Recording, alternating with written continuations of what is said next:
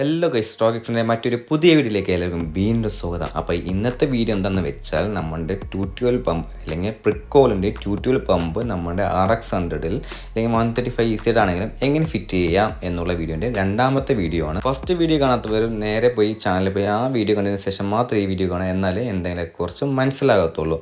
അപ്പോൾ എന്തായാലും മറക്കാതെ തന്നെ ആ വീഡിയോ കൂടെ കണ്ടിട്ട് വരിക. അതേപോലെ തന്നെ നമുക്ക് എപ്പോഴും പറഞ്ഞ പോലെ തന്നെ ഇഷ്ടപ്പെട്ട ചാനലൊന്ന് സബ്സ്ക്രൈബ് ചെയ്യുക, അല്ല വീഡിയോ ഇഷ്ടപ്പെടുന്ന മറക്കാതെ തന്നെ ഒന്ന് ലൈക്ക് ചെയ്യുക, ഇഷ്ടപ്പെട്ട ഡിസ്ലൈക്ക് ചെയ്യുക, എന്തെങ്കിലും അഭിപ്രായങ്ങളുണ്ടെങ്കിൽ കമൻറ്റ് ചെയ്യുക, എന്തെങ്കിലും സജഷൻ ഉണ്ടെങ്കിൽ അതും എൻ്റെ കമൻറ്റ് ചെയ്യുക.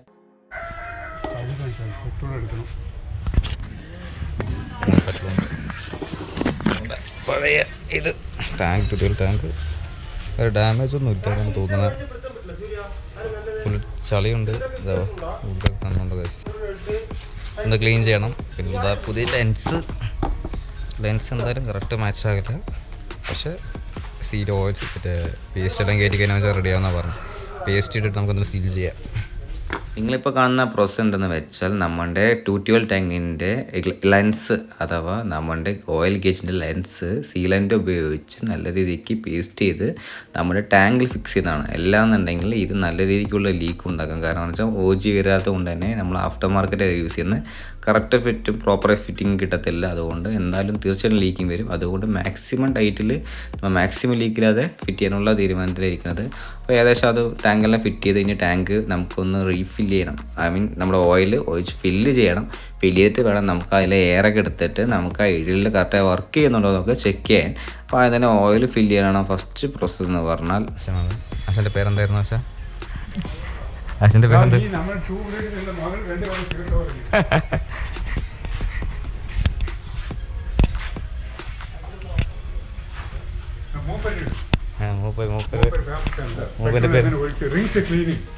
Rings cleaning, how to fix discover.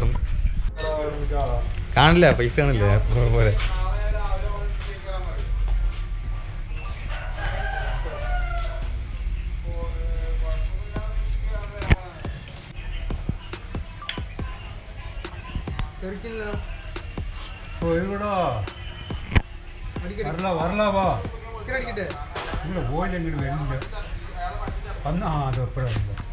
മൂപ്പര് ഉള്ളി വരും നോക്കുക.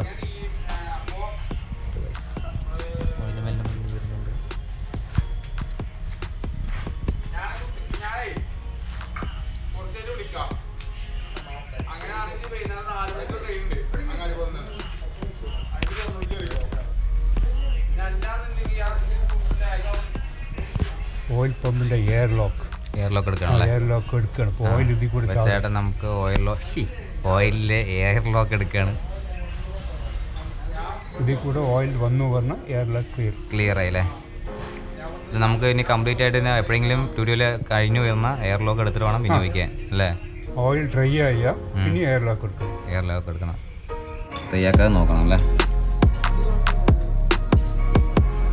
ആ വന്നു ഗൈസ്, ഓയിൽ വന്നു ഗൈസ്. സമോസ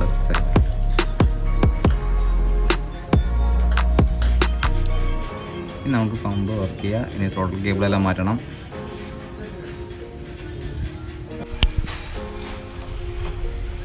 കുറച്ച്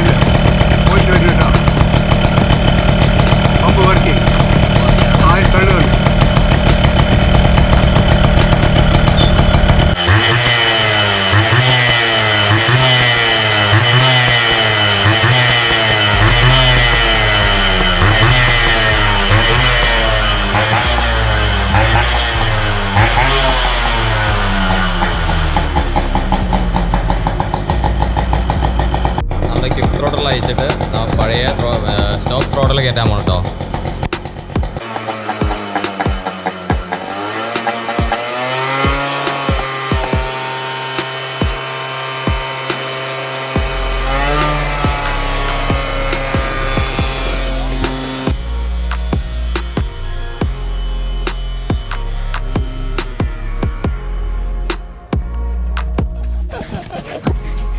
എടുത്തിട്ടുണ്ട്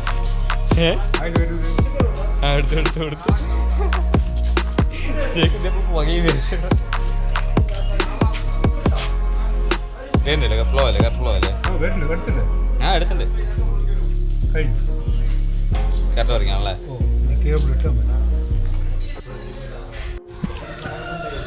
ത്രോട്ടിൽ കേബിൾ ഇൻസ്റ്റലേഷൻ ഉണ്ട്. ത്രോട്ടിലും അതുപോലെ നമുക്ക് ട്യൂർ കേബിളിൻ്റെ ഇൻസ്റ്റലേഷൻ ആണ്.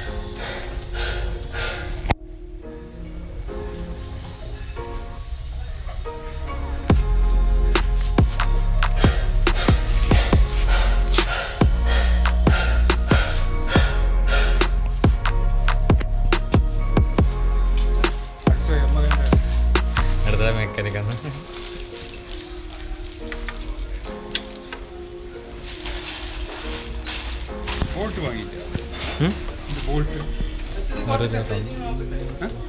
തന്നില്ലേ അറിയില്ല, ആളെ പറഞ്ഞു അനുസരിക്കും. ഇപ്പം നിങ്ങൾ കാണുന്ന പ്രോസസ്സ് എന്ന് പറഞ്ഞാൽ നമ്മുടെ വണ്ടിയിൽ സ്റ്റോക്ക് ത്രോട്ടൽ അല്ലെങ്കിൽ ഗ്രിപ്സ് എല്ലാം ഇൻസ്റ്റാൾ ചെയ്യുന്ന ഒരു വീഡിയോ ആണ് കേട്ടോ.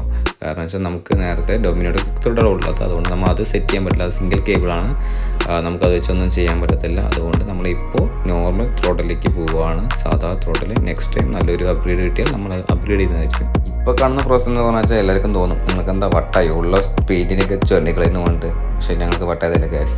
ത്രോട്ടൽ ഇടുന്ന സമയത്ത് ഭയങ്കര ടൈറ്റ് വരും. അതുകൊണ്ട് നമ്മൾ സ്റ്റോക്ക് പെയിൻറ്റ് ഹാൻഡിൽ ബാറിലെ പെയിൻറ്റ് നമ്മൾ എടുക്കുകയാണ്. പക്ഷേ നല്ല ബുദ്ധിമുട്ട് കിട്ടും. അത്യാവശ്യം നല്ല നല്ല തിക്ക് കോട്ടിങ്ങുള്ള നല്ല ക്വാളിറ്റി ഉള്ള പെയിൻറ്റാണ്. അതുകൊണ്ട് നല്ല രീതിക്ക് ബുദ്ധിമുട്ടി ഗൈസ്. അവസാനം ഞങ്ങൾ എങ്ങനെയൊക്കെ ചൊല്ലി ഏതും സെറ്റാക്കി. പിന്നെ ഇപ്പോൾ നമ്മൾ നോർമൽ ത്രോട്ടൽ കേബിൾ ഫിറ്റ് ചെയ്തുകൊണ്ടിരിക്കും. ഇപ്പം നിങ്ങൾ കാണുന്നത് യമഹയുടെ ക്ലച്ച് യോക്കാണ്. അത്യാവശ്യം പഴയതിന് നല്ല തീരുമാനം ഉണ്ടായിട്ടോ. അതുകൊണ്ട് നമ്മൾ അത് റീപ്ലേസ് ചെയ്തിട്ടുണ്ട്. ഇപ്പോൾ അതിന് വേണ്ടിയിട്ട് ഒരു രണ്ട് ബൂട്ട് വാങ്ങിയിട്ടുണ്ട്. YBXൻ്റെ ബൂട്ടാണ് ഉപയോഗിക്കുന്നത്. അത്യാവശ്യം നല്ല ഭംഗിയുള്ള ഒരു ബൂട്ടാണ്, കുഴപ്പമില്ലാത്ത. അതേപോലെ തന്നെ നമ്മുടെ ബ്രേക്ക് എന്ന ഡ്രമ്മ് വന്നിട്ട് അത്യാവശ്യം നല്ല വീക്കായിരുന്നു കേട്ടോ. വീക്കെൻ്റെ എന്ന് വെച്ചാൽ നമ്മൾ കൊടൈക്കനാൽ ട്രിപ്പ് കഴിഞ്ഞ് വരുമ്പോഴേക്കും അത്യാവശ്യം നല്ല രീതിക്ക് സ്റ്റെപ്പ് വീണു. കാരണം ഒരു സ്പ്രിങ് ഡാമേജ് ആയതുകൊണ്ട് ഭയങ്കരമായിട്ടുള്ള അടി കിട്ടി നമ്മുടെ ഡ്രമ്മിലേക്ക്. ഒന്ന് വർക്ക് ചെയ്യാൻ വേണ്ടി ഒന്നയക്കുമ്പോഴും ഓരോ കംപ്ലയിൻറ്റ്. ഇതിൻ്റെ വന്നിട്ട് ഒരു പുഷ് റോഡ്, ഇപ്പോൾ പുഷ് റോഡ് എന്നൊക്കെ പറയും, എൻ്റെ ഒരു ഭാഷയിൽ പറയാം കേട്ടോ. ഈ സാധനം കംപ്ലയിൻറ്റ്. അപ്പോൾ അതിൻ്റെ ചൈൽഡ് പാർട്സ് എല്ലാം ആയിട്ട് നേരെ ലൈറ്റിൽ കൊണ്ടുപോയിട്ട് അത് സെറ്റ് ചെയ്യാൻ പോയി. എൻ്റെ വീഡിയോ ഒന്നും എനിക്ക് എടുക്കാൻ പറ്റിയില്ല. അതുപോലെ തന്നെ നമുക്ക് ടാങ്കിന് ഒരു പുതിയൊരു ക്യാപ്പും വാങ്ങിയിട്ട് ഗ്യാസ്. പിന്നെ വരുന്ന സമയത്ത് നമ്മൾ ചെറിയ തുരുമ്പുകളൊക്കെ ഉണ്ടായിരുന്നു. അപ്പോൾ അപ്പുറത്തെ ഷോപ്പിൽ ഒരു ചേട്ടൻ നമുക്ക് ഫ്രീ ആയിട്ട് പെയിൻറ്റ് അടിച്ചു തന്നിട്ട് ആ ചേട്ടൻ എന്തായാലും നല്ലൊരു നന്ദി അറിയിക്കുന്നുണ്ട്. നമ്മൾ അഞ്ചരക്കിൻ്റെ കടയിൽ നിന്ന് അപ്പുറത്ത് നോക്കിയൊരു പെയിൻറ്റ് ഷോപ്പ് കിട്ടും. അവിടെ പോയിട്ട് അങ്ങനെ പെയിൻറ്റൊക്കെ അടിക്കും. നമ്മൾ ഡിസ്കൊക്കെ വെക്കുന്നവർ പെയിൻറ്റൊക്കെ അടിച്ചു അവർക്ക് ഹെൽപ്പ് ചെയ്യട്ടെ. അതുപോലെ തന്നെ വൈകുന്നേരം ആയപ്പോൾ തന്നെ നമ്മുടെ സീറ്റ് റെഡിയൊക്കെ കൊടുത്തിട്ടുണ്ടായിരുന്നു. അത് അത്യാവശ്യം രാവിലെ കൂടുതൽ വൈകുന്നേരം ഭയങ്കര ലേറ്റായിട്ട് കിട്ടിയ ഗൈസ്.